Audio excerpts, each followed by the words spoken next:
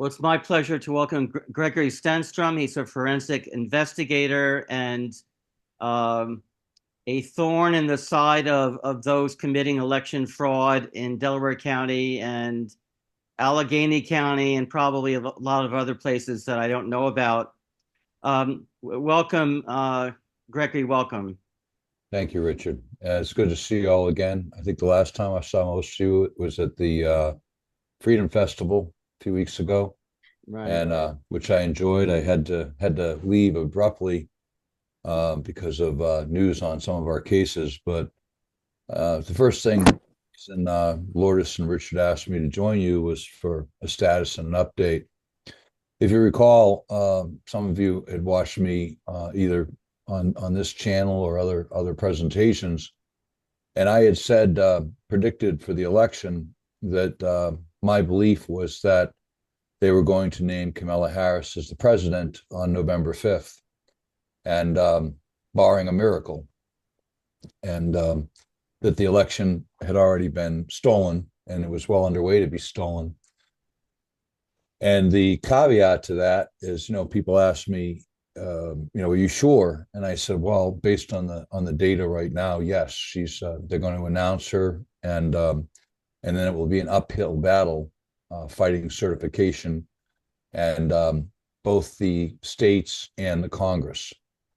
But the caveat to that was if we have a miracle and people vote in person, to the extent of 80% or more of the population showing up, then it was possible for President Trump to overcome the cheating that was already in place. So the reason I felt so strongly that Kamala would be named the president is we've never had a turnout like we had. And we did indeed have a miracle. And the miracle was that in the counties, at least the counties that counted, we had 83 to 86% of the population show up in person and vote. And thank God for that, because that's what saved the election, at least for now, for President Trump. The way they cheat is basically through mail-in ballots and the election machines, through fraudulent tabulation of the election machines. We've documented this. This isn't speculation. This is well documented, and we filed multiple cases. So in a nutshell, what they do with the mail-in ballots is the state, Governor Shapiro, the Secretary of the Commonwealth, Al Schmidt, the Secretary of the Commonwealth, Jonathan Marks, for elections, and corrupt election officials in our state, I'll just focus on Pennsylvania for now, have conflated the law. And the way they've interpreted the law is that a registered voter is a qualified elector, and that is not the case. And it's been a subject of quite a bit of confusion that I'll help clarify tonight, and I'm going to leave some time for questions. There's been a concerted effort to narcotize the public and to give the public a corrupt and false narrative regarding registered voters. Federal election law is defined primarily by what they call 52 USC, US Code, US statutes, and it's 52 USC. And there's a number of chapters and sections in that code that define how to run and conduct federal elections. So let's address the mail-in ballots first and what a qualified elector is. In every state, and I'll use Pennsylvania, they have voter registration rolls. We've all heard of the voter registration rolls. We've heard about the efforts of Kathy Engelbert being one of the more renowned people who have gone after and tried to get states to clean their election rolls, their voter registration rolls.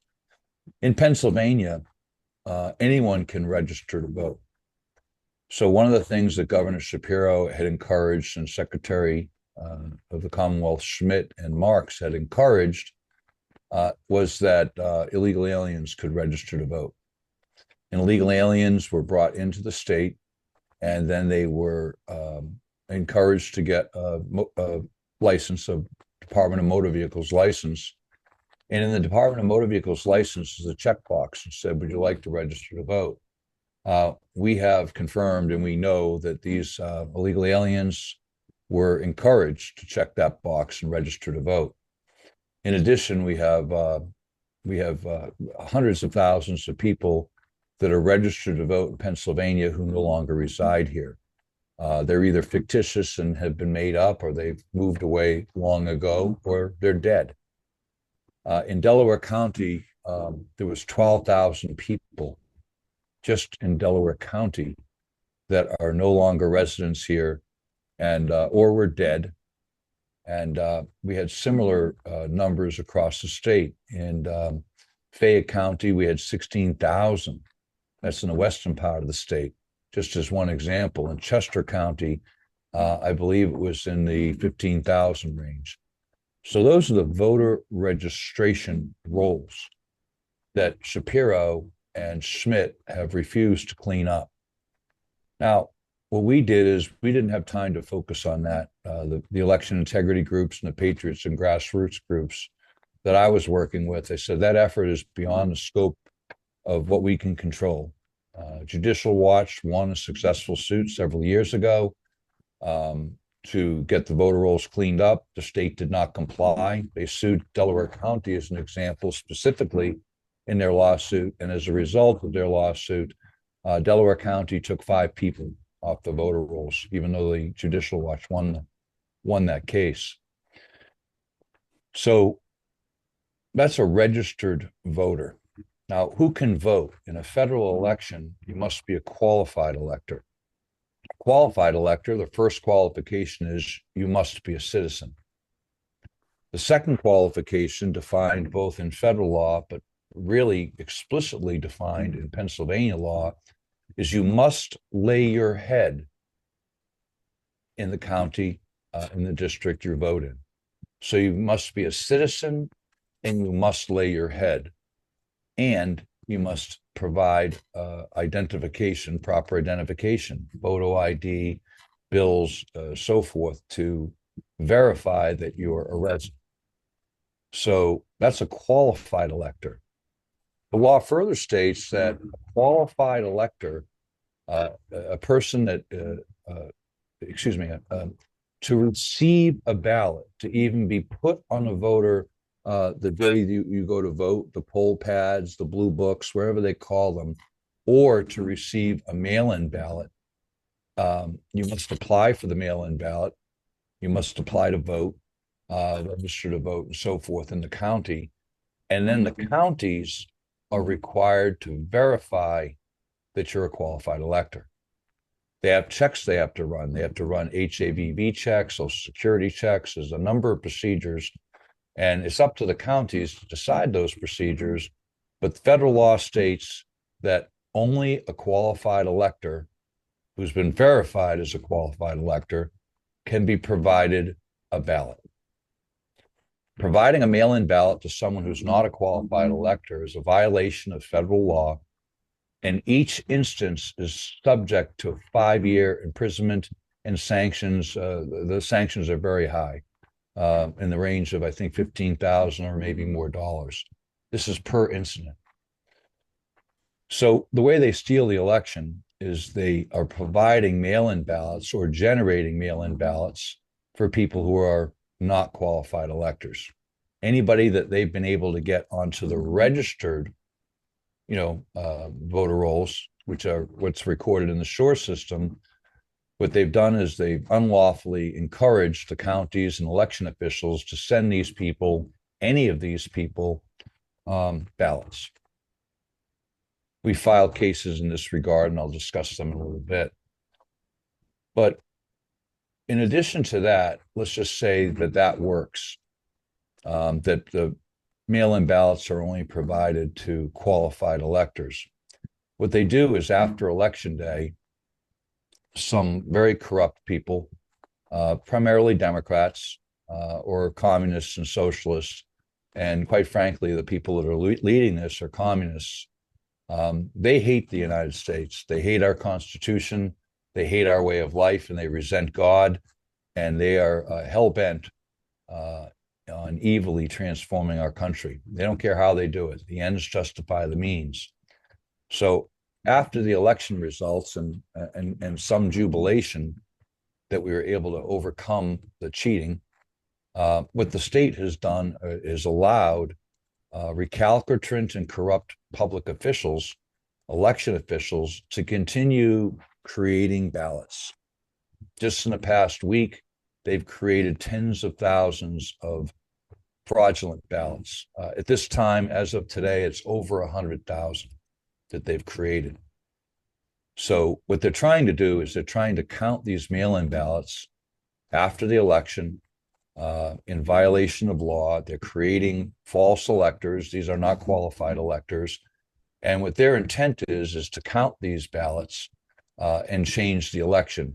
Primarily right now for Casey, they are attacking some congressional races, state rep races, state senate races.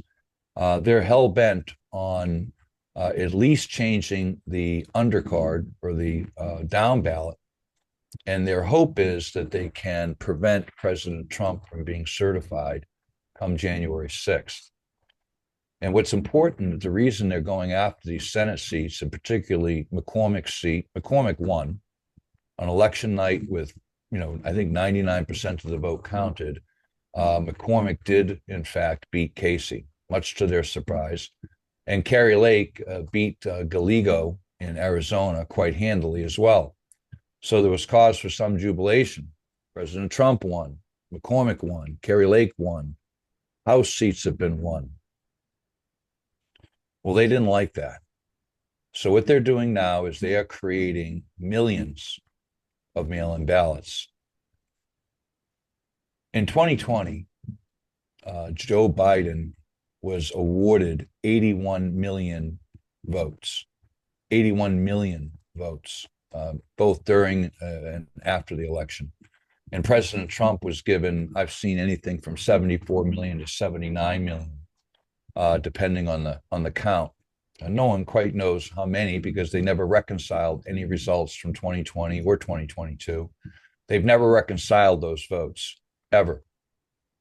They've never been able to map the voters, people that they voted to their ballots. So without a reconciliation, the official, unofficial numbers are that in 2020, there were 160 million votes, 160 million.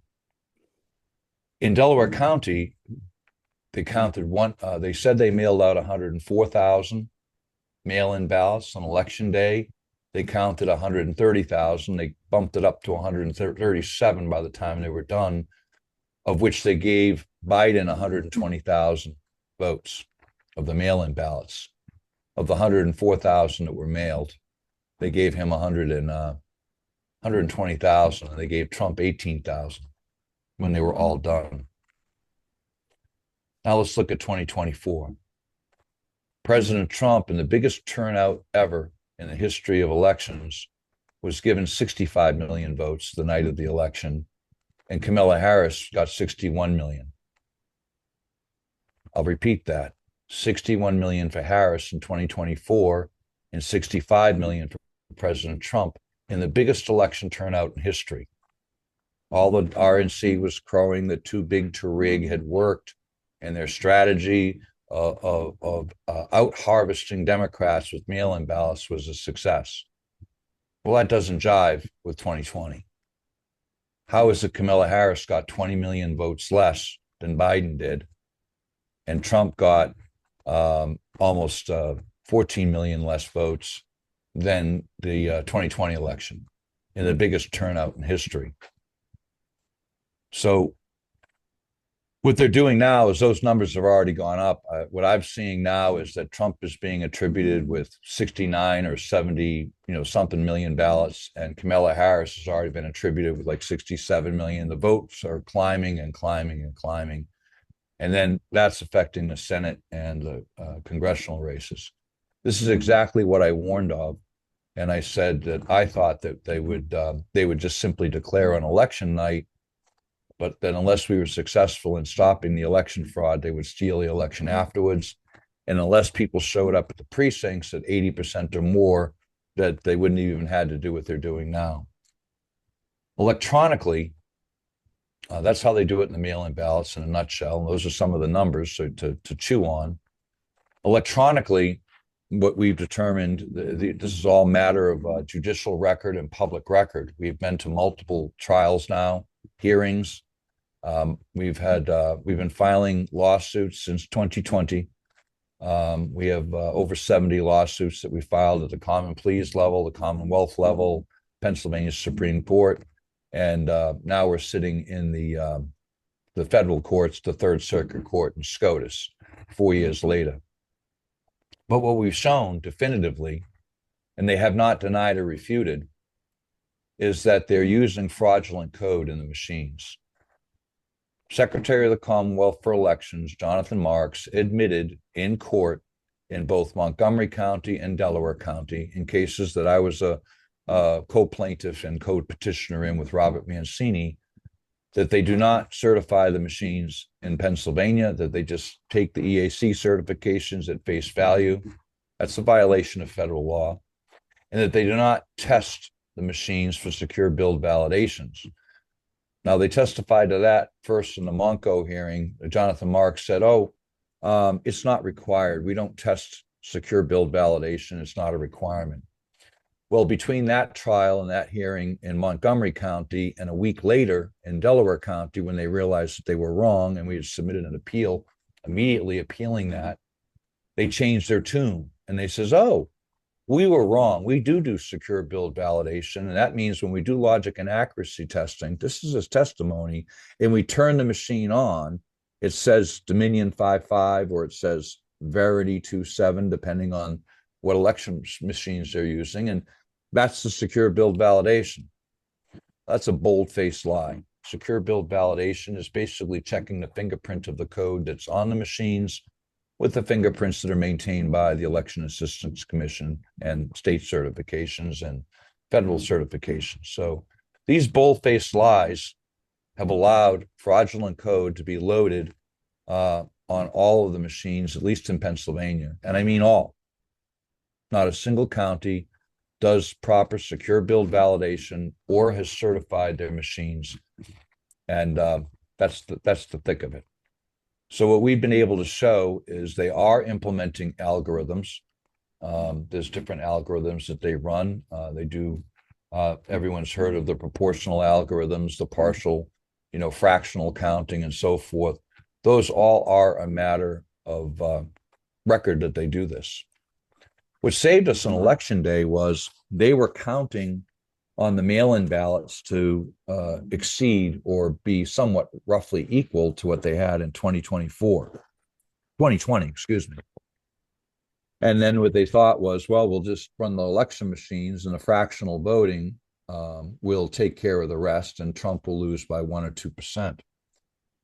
Let's face it, people, 81 million people did not vote for Joe Biden. Even 61 million people did not vote for Kamala Harris. Anybody who believes that is delusional. The real numbers, and if you look at the real polls, President Trump won in a landslide that probably approached 80%. And he did it in 2020 as well. President Trump, this is the third election that he has won, not the second. We've been able to prove that. Leah Hoops and myself, many of you here know Leah, we went to court on this. We were sued as co-defendants with President Trump for defamation for persisting in our allegations and presenting proof of massive election fraud in 2020. We won that case. Over a period of 952 days, Leah and myself represented ourselves pro se in court. And we had to present all of our evidence to the judge in a truth is a complete defense strategy. Truth is a complete defense is a defense against defamation.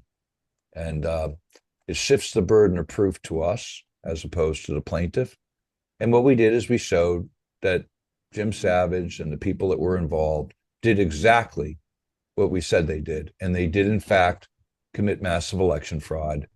And the judge as much said so, that he was convinced. And then at that point, they withdrew from the case and discontinued the case.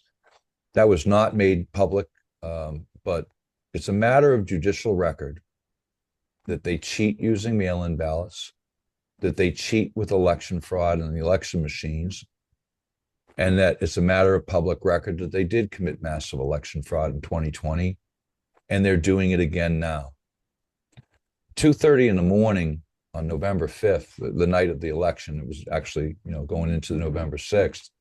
My wife came down at 2:30. I was still working. I had just returned from the counting center, and I was still working and coordinating with people across the state. And she said, Pennsylvania, did this name Pennsylvania for Trump? And quite frankly, I got very emotional, and so did she. And I said, I really was happy and I was jubilant. But then I had to temper that, knowing what was going to come. So what I've told people in multiple broadcasts over the past 6 months, and right here, is that it would be a fight. The election was not going to be over on election day. The election would not be over until the inauguration. That's come true. Here, we've just to give you a brief summary of the cases that we filed a Supreme Court case, U.S. Supreme Court case, and it was filed actually on October 4th. Now, here we are a month and a week later. We filed an emergency case on October 4th, and we only asked the Supreme Court to do one thing. One thing. We said, Supreme Court, we want you to order the Department of Justice to rescind their unlawful policy not to investigate election fraud. The DOJ policy, implemented by William Barr, Rosen, and perpetuated by Merrick Garland, is they refuse to investigate election fraud until after the certification. Once certification comes, they refuse to investigate because it's now a moot point.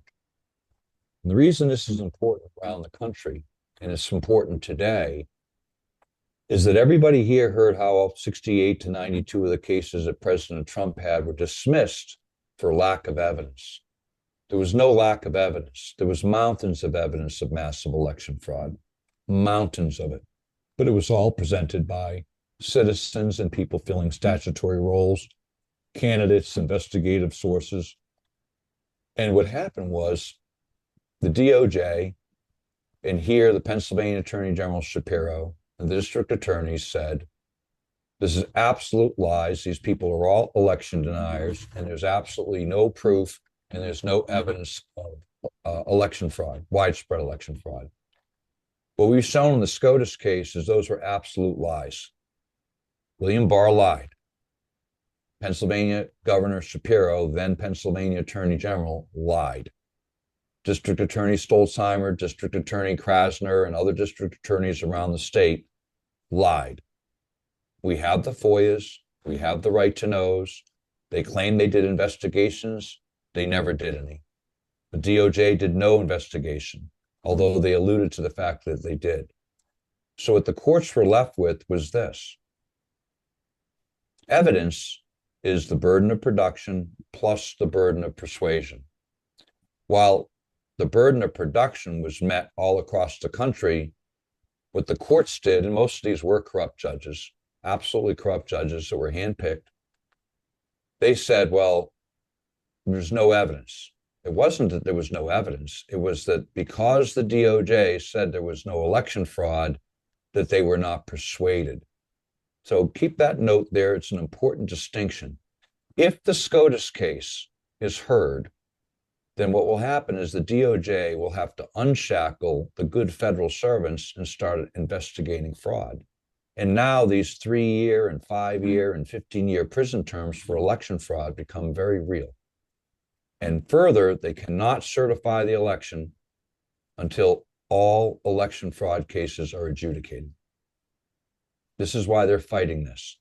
What we found out last week was that the clerk of the U.S. Supreme Court, a guy named Scott S. Harris, who was an Obama appointee and reports directly to Justice Roberts, has been quashing the case for over 5 weeks. He will not submit the case or the motions, even though it's on the docket. He is required by federal law, due process, and so forth, and the rules of civil procedure to provide that case to Judge Alito. Judge Alito has not received that case yet. We've got evidence and proof of that, and we actually got an unlawful order from the clerk of the court, Harris. Clerks of courts do not issue Supreme Court opinions and rulings, but he did anyways. In federal court, we have challenged the fraudulent election machines. We've challenged the mail-in ballots. We've challenged the way they handle the Joes. We've challenged counting ballots until after the election. And the only thing we asked for was what they call a declaratory ruling. We said to the federal courts, Eastern District Court and the Third Circuit, we said, we need a ruling from you to instruct the state officials of what federal law is. That's all we asked for. And in injunctive relief, we asked them to appoint a special master from the court that would report to the court and inform the court that the state was compliant and the counties were compliant. That's a whole lot of information, but there's a lot of differences between 2020 and today. In 2020, the election was already stolen, and they were playing catch up. It was too late to file the cases, and it was too late to really do anything and expect the Supreme Court and the federal judges to do anything. We knew that 4 years ago. And that's why we've been filing, you've been following, Leah and myself. That's why we've been battling for the last 4 years, because we knew this was going to happen. We knew it would be repeated. And we believed that either Kamala Harris or whoever the Democrat nominee would be was going to be installed again. And then we were going to see yet another coup and another selection. Well, we found out on the same day that we found out the SCOTUS cases were being obstructed, is we got, I was livid because we had filed multiple federal cases and not seen them filed on the dockets, the follow-ups, the emergency motions, and we noticed that the courts had stopped responding to us. So I filed a motion demanding to know why. And what I received was an order from the clerk of the federal court, and her name is Dushawite, another Obama appointee. Harris was an Obama appointee, and she has given an order for the federal court and the Third Circuit that she has decided these cases are going to have been held up for the last 4 weeks as well, and she has personally held them up. So we've submitted action for that. One of the ways we could have shaken these things loose is over the last 4 weeks, I've sent out requests for amicus briefs. An amicus brief is a friend of the court. I've asked Attorney General for Texas Paxton. I requested Judicial Watch assistance, Alan Dershowitz's assistance, lieutenant governors and governors of several states. And we engaged people who were major donors to these people. And we engaged in several cases in direct communications. They were shut down directly by Trump's attorney, John Eastman, who called all these people when they found out we had requested these amicus briefs and told them that they were forbidden and there would be repercussions if they participated in amicus briefs, even though they were prepared to file them. Ken Paxton wanted to file an amicus brief, and he was shut down. Here's the reason why. Money. The RNC, senior officials, Trump officials and RNC officials, get a large amount of money to the tunes of tens of millions of dollars individually and personally for promoting Too Big to Rig. Their proposal to the American public, and Scott Pressler was one of them, was we're going to out-harvest and out-cheat the Democrats.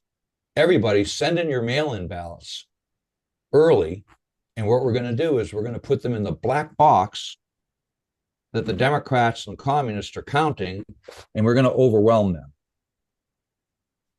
Well, that didn't work, did it? They're 20 million votes short from Biden. Too Big to Rig was an abject failure. More people showed up in person, which is what myself and many people, these grassroots groups, we've been reaching 10 to 30 million people a week. And we were pleading with people to show up on election day and to ignore the direction of the RNC. Well, we become persona non grata to the RNC, but the reason the RNC is not supporting grassroots groups is there's no profit in it for them. And now the reason they won't get involved and they're watching the election be stolen in front of them, and they won't assist with these cases, they could. We could press the federal courts. We could get these cases to Alito. He could end this counting tomorrow. They could end the illegal counting tomorrow in Arizona, Pennsylvania, and elsewhere where they continue to count illegal votes. Alito could end it by himself. The Supreme Court could end it by themselves. If we were to get the support of the RNC, if we were to get the support of people in Trump's campaign, but they have shut us down because they're getting paid. And what they started to do is, after poo-pooing us and ignoring our pleadings, everyone's calling me today and saying, Greg, I'm getting all new texts saying they're stealing the election. Send us more money. That's where we are, folks.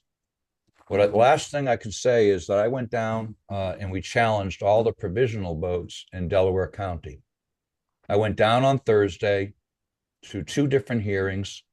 I was surrounded by police. I was ejected from the building one time completely, surrounded by a dozen officers, not forced my way back in, but talked my way back in to observe the provisional ballots. And then I ended up objecting to all the provisional ballots for a very simple reason. Most to all of them are not from qualified electors. And I said, until I get an attestation from the Board of Elections that these are qualified electors eligible to cast votes, I will object and challenge them. And any vote that you tabulate from an unqualified elector is a 5-year prison term. And I'm going to be the one that makes you collect. So instead of having a hearing on Friday, which they probably should have done so they could continue, they thought better of it. And now we have a hearing scheduled for Thursday at noon. I've already received threats from the solicitors, which I responded to, saying that we would not discuss this and trying to shape what the hearing would be. And I called him basically a criminal. I informed him that I would be telling the Board of Elections that he has been referred for criminal charges. He has not provided a legal treatise or any legal advice to the board, and that he's putting them in jeopardy of committing federal crimes because he needs an out. So we're going to have that hearing on Thursday. It should be pretty exciting. It's at noon. We're going to be broadcasting it live. I think it'll be both on YouTube, and we'll be live streaming it. And we want to pack that courtroom in Delaware County, the government center. We already have probably over 100 people that will show up. And, they're not going to bully me like they bullied people around the state earlier this past week. They bullied people right out of the courts and right out of these hearings in Butler County, in Beaver County, Fayette County, Chester County, Delaware County. Another woman here had challenged these votes, and they threatened and cajoled them. I'll be doing it again on Thursday. If I'm not successful on Thursday, what they're going to do is they're going to count over 100,000 provisional ballots. Add in the 100,000 provisional ballots that they've scrounged up over the past week, and add in 100,000 mail-in ballots that they've scrounged up in the past week. And that takes away President Trump's lead. It also will change the election with McCormick. What governors are doing right now, if you're watching watching whatever broadcast news, is Governor Newsom in California, the governor of New Jersey, all the governors of these corrupt states are saying they're going to resist, that they're going to fight, and that they're going to go to trench warfare, their words, not mine, to stop President Trump from being seated. Jack Smith announced only a couple of hours ago that he intends to press indictments forward and press for prison sentences and for President Trump to be put in prison. That's the fight we're in. I've been talking for a little over a half an hour. I know we only have a short time, but I've been watching the clock. I have more information to put out, but not enough time to put it out. We're in a fight of our lives here, the fight of our lives. And there are people all over the state fighting, not just me, not just Leah, but we have a lot of people fighting. I got a media team coming in this week. They'll be here by Friday. They're going to be putting out two to five 1-minute videos a day between now and the certification. We have to pay them a daily rate. I've had a couple of people said that they would pay for part of that to get these things out. But we have professionals coming in. We've contacted Alex Jones, Tucker, and so forth. We're providing them information that they will hopefully use if the RNC won't. But right now, they're going to steal the election. They're not going to seat Trump if they have anything to do with it. That's the bad news. The good news is if justice prevails and SCOTUS, and specifically Justice Alito, is alerted to this, then I think we can stop it. That's where we are. Questions, please. Okay, Anastasia, you have a question? Yeah, actually I have a few, but I don't want to be a hog. So on election night, the election was determined and conceded, and certain things are in motion right now. How do you take that back if that's the case? If there's election fraud, what they're going to do is they're going to accuse Trump of exactly what they did to him. Concessions really doesn't mean anything. As a matter of fact, if you listen to the Congress and what Raskin and the different people are saying, is their intent is to install Harris anyways. That's their intent. They don't care if she conceded, they're going to install her. As a matter of fact, one thing you got to watch out for, and everyone should read, is something that was snuck in by corrupt people. It was called the Electoral College Improvement Act of 2022. And what that says, in the event of catastrophic or extraordinary circumstances, 3 federal judges in the DC circuit will decide the outcome of the election. They've already set this game up, Anastasia. Well, this is the thing. At 1:45 a.m., okay, on the day after the election, I saw on the screen 100% of the vote came in at 1:45 in Pennsylvania for Bresnahan. Okay, that's the Northeast here. Yep. And yet you only had 89.5% for President Trump and for McCormick. How does that happen? Where it's the same ballot. How do you have 100% of the vote in one and not for the other? Undervotes, overvotes, but it's a cognitive dissonance that everyone here is suffering, and that I suffer from, is that they're actually, there is an election. People do submit ballots. They do go and machines do count votes. There are ballots cast. They're just not counted, Anastasia. And they create whatever fiction that they want with the help of corrupt judges and corrupt officials and corrupt political officials. And then they try to make it stick through the media. Now, what we're doing is we're fighting them in the courts. But to answer your question, I'm sorry, Anastasia, I know you have more briefly, it's fraud. That's that simple. That's the answer to your question. It makes no sense, and they don't care that it doesn't. So you're telling me if next week, at some point, let's just say, they come in and they say, no, we found these votes, and therefore President Trump is no longer the elected for the position. You're telling me that you're going to have 70% of this country accept that? No, they won't. What they want is there's a case here to speak that they need to foment violence. An illegitimate government in order to stay in power, and communists have never peacefully relinquished power in history, is they're not going to relinquish that power. They will foment violence. They've already threatened it. Raskin's threatened civil war. Governors and other officials in the Democrats and socialists and communists have said that they're going to fight in trench warfare, that they will not concede, and that their intention is to name Kamala Harris as the president. They don't care who won.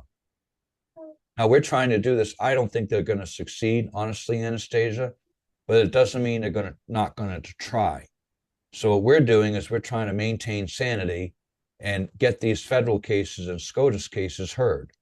And then, hopefully that will be sufficient. The Supreme Court swings the skinny end of the bat here. We've told them that, and we've told them it's time to buck up and perform their constitutional duties that were bestowed upon them by our founders so that this wouldn't happen. There's a question from Maria. Hi, Maria. Go ahead. Hi. Not so much a question. I know I talked to you, Greg, at the Rod of Iron. So in the background there from We the People too, everybody in Congress has received affidavits. There was an affidavit and an estoppel on file for an unrebutted affidavit for Kamala Harris. She is not an eligible candidate. All of Congress has gotten them. And, you know, shortly before the election, we sent out new affidavits to all the secretaries of state, all the election board supervisors. So they're getting these notices, so they know they're liable. The notices of liability. They do. The Brunson case is supposed to be decided soon, and that's that 388. That could effectively remove everybody from Congress all at once. I've seen that. I was aware, Maria, of that case. I don't know if we discussed it, you and I discussed it, but I'm aware of that notification. I'm just waiting to hear what actually happens. Well, the courts and the Congress, the House Judiciary Committee, the Pennsylvania Attorney General, we've sent disclosures, what they call their charge sheets, actually, but we have notified the House Judiciary, the House Oversight, the Inspector General, the DOJ, Pennsylvania Attorney General, Inspector General, the district attorneys, and so forth, of their violations of federal law and the penalties for this. So they're more than aware. The Congress is aware of their duty, and the officials we're dealing with are aware of their duty. So in terms of due notice, Maria, the bottom line is they've been notified. They don't care. Well, then I guess civil war it is. But I just say, like, we've been doing it too, and notices of liability. So we've been working on a remedy ourselves. There's a lot of pages. Good, Maria. I'm aware of some of your efforts. As you know, Heather Honey was all the usual names: Mike Miller in Lancaster, John Marietta in Fayette. Good citizens up there, right there in your own county, in Pike and Lehigh, Allegheny. There's been people at the grassroots level that understand how this fraud is being conducted. And we have been come up against Lawrence Tavis and the state GOP, which is hopelessly corrupt. And we're fighting the RNC and the DNC. And that's what where we are right now. Now, look, I don't want everyone to get depressed here. We got our first miracle. Our first miracle is in Chester County, Montgomery County, and Delaware County alone. We removed 180,000 votes that Biden had got from Harris, just in 3 counties from our efforts. Okay, now they're trying to add them back across the state. But what we did was effective. We've already helped Trump win the election, whether he knows that or not, or whether the RNC will attribute that to us or not. We don't care. We didn't do this specifically for President Trump. We did it for the American people, knowing that President Trump would benefit. But it really doesn't matter at this point, because the grassroots groups right now are the only ones that understand what's happening right now and are fighting things at the certification level where they're going to prevent him from being certified. Yeah, I heard actually they were going to try to use the 14th Amendment, kind of like what we've been doing to them in our affidavits. That's, you know, self-executing sections 3 and 4, that they were going to try to use it on him, but they are usually 6 steps ahead of us. Have you heard of the Republic for the United States of America yet? Yeah. Okay, Pierre Tardy has a question. Pierre? Hey, Pierre. Good. Okay. So you're saying that after the election with November 5th, they are adding new ballots. Yes. But usually the whatever come after 8 p.m. on the 5th is not to be accepted. I know, but you know, this is part of, and Pierre, I know this is hard. I do this all day, every day. And I was on the radio this morning at 7 a.m. with Australia and Great Britain, and I'm talking to people, and they say, well, what you just said, that's the disbelief. They can't do that. The Supreme Court said they couldn't. They don't care. They broke federal law already. They already sent in mail-in ballots to people that weren't qualified electors. They've already got corrupt machines. They've already been working to steal the election. But again, God intervened, and President Trump, enough people showed up so that it queered their devices. It stopped their fraud. Had 80% of people not shown up, okay, then they would have named Camaras that night. So with your cognitive dissonance here, and this isn't a denigration, Pierre, because I suffer from it too, is when I talk to people, they say, well, they can't do that. It's a violation of federal law. Why isn't anyone doing anything? The reason no one's doing anything is the people that are supposed to be doing something are the DOJ, the Attorney General, the Inspector General, and the district attorneys. The district attorneys have been bought with Soros money. The Congress has been bought by special interest money. The RNC is so busy stuffing the $1 billion they got that they raised for Trump, stuffing that money in their own pockets. And I'm talking, I know 2 senior election officials, one who's already been named to a senior post, that put $50 million each into their personal pockets from donations made by little old ladies and different people sending their $5 and $20. They don't care, Pierre. This is the message that if there's 1,000 people listening to me now, we have nothing to lose. I have nothing to lose at this point by saying this. I have absolutely nothing to gain but my country back. And Pierre, yes, they're breaking the law. They don't care. They're just lining up the ballots, and they're just going to, and if they don't get the ballots, they won't even bother. They'll just say, these are the results. Prove us wrong. That's Okay. where they're going with this. And President Trump, quite frankly, is asleep at the wheel. Okay. He has a responsibility to step up himself. I didn't find any fault before the election because he was too busy winning it. You know, he was going from rally to rally. He got shot at twice, you know, assassination attempts. I mean, he did everything he possibly could, and he fulfilled his duty. But now he's the president-elect, and he has a duty to know what's going on, and I think he does. And I want to see the RNC, and I want to see President Trump step up and address these problems. And quite frankly, all of them could be solved if the Supreme Court, the federal court, and the Third Circuit Court would hear cases that have been sitting in front of them for 6 weeks. And actually, we worked for 4 years to get there. All they have to say is, Pierre, what you just said, you can't do that. Stop. You can't keep counting ballots that came in. You can't just keep making up ballots. You can't count ballots from unqualified electors. You can't be running ballots and rerunning them through election machines we know are perverted. You got to stop. That's all we ask them to do. That's all President Trump has to do. He has to go on and challenge the Supreme Court, say, Supreme Court, you have a constitutional duty to do this. Article 2, Section 3 of the Constitution is called the Take Care Clause. And our founders anticipated this problem. They anticipated that we might have a tyrannical government, that we might have a corrupt Congress, and that we might have a corrupt executive branch, presidents, DOJ, you know, whatever the agencies were. And what they did in anticipation of that is they said, Take Care Clause, in the event our executive branch and our legislative branch fail, the judicial branch, and specifically the Supreme Court, can swing the skinny end of the bat and say, comply with law. You're breaking the law. The Constitution says we make that decision, not you. Now, there's other things that are more, you know, they get more into the weeds, but we've addressed that in the SCOTUS case. But long answer to your short question, Pierre, was that they know they're breaking the law. They don't care.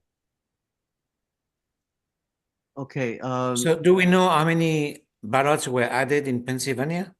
In Pennsylvania right now, we understand at this point, they're going to try to add 100,000 provisional ballots, and they've already dug up another 100,000 mail-in ballots. So Casey is demanding that these 100,000 mail-in ballots be scanned, by these machines. He didn't say hand counted. He didn't say continue the count. He wants these 100,000 mail-in ballots scanned. His exact words, not mine. And they want to count these provisional ballots, okay, most of which, quite a few of which have been challenged. And, you know, one of the biggest challenges in Delaware County with the ones I challenged. And I'm saying I'm not letting them through. I don't want to, quote unquote, disenfranchise any voters. But if you're not a qualified elector, you can't cast a vote. So 200,000 right here in Pennsylvania. They caught in Arizona earlier today, they caught them, I think it was over 90,000, 92 or 97,000 fraudulent mail-in ballots that they produced and were trying to insert into the election. They caught them doing it, and they're still saying Gallego won. They're not going to seat McCormick. They're not going to seat Kerry Lake, those 2 U.S. Senate seats. And here's the reason why. In order to prevent the certification of President Trump and potentially use the Electoral College Improvement Act of 2022, Maria mentioned earlier that Kamala Harris, number one, she's not even qualified to be president, which is true, but also she can't cast the deciding vote, or she shouldn't cast the deciding vote, you know, if that came down to that, for the certification, although it has been done once before by Thomas Jefferson, of all people. And the reason they're doing this is they need a compliant Congress. They need to keep the Congress and the Senate as it is. Now, if they can get rid of all these seats and change this, then come January 3rd, they'll keep their Congress and the Senate that they have, the crooked one, and they'll defeat the certification of Trump. If these new congressmen and senators and quite frankly, undercards, we had people who, Dave Sunday ran for U.S. Pennsylvania Attorney General. He'll be one of the people doing the investigating. You know, there's a whole bunch of things that happen by Senate committees and so forth that Raskin and the council, the people who are trying to, you know, have stolen our country, their goal is to keep the status quo by January 3rd so that they can decertify Trump on January 6th. And with that regard to that, the legislature looks at the vote and they make their recommendation, and they get there, they give a resolution of who Pennsylvania should vote for. But by law, the Secretary of the Commonwealth, Al Schmidt, who is corrupt, admittedly corrupt, on record, Al Schmidt is the one who certifies the election according to Pennsylvania law. Pennsylvania Governor Shapiro will make his recommendation on December 17th of who to award the electoral college votes for Pennsylvania to the Congress. So the people that are orchestrating the fraud, the people who have fomented the fraud, are the people who are going to certify the vote and make the recommendation for the electors. This is the thing that people, these are the things that people don't know. That's why I'm on this call tonight. Yeah. I know it's like drinking from a fire hose, but I don't know how to make it any simpler. Okay, Greg, I want to upload this your statement onto the YouTube and Rumble. So I want to, Frank, did you have one last question? We need to stop within 1 minute. Just that, you know, Jamie Raskin has telegraphed this, their plan on Bill Maher. So if you're watching these other broadcasts, everything Greg is saying is right. There's so many different deviations until you get to the certification. But just one thing, and I wanted to ask Greg this. At the county level, how do we force our county to go ahead and make sure that these AEC algorithms with the hexadecimal that we talked about, how do we force for the next election, how do we force them to do that machine build verification, validation, so that there is no algorithm? Because you're right, when they count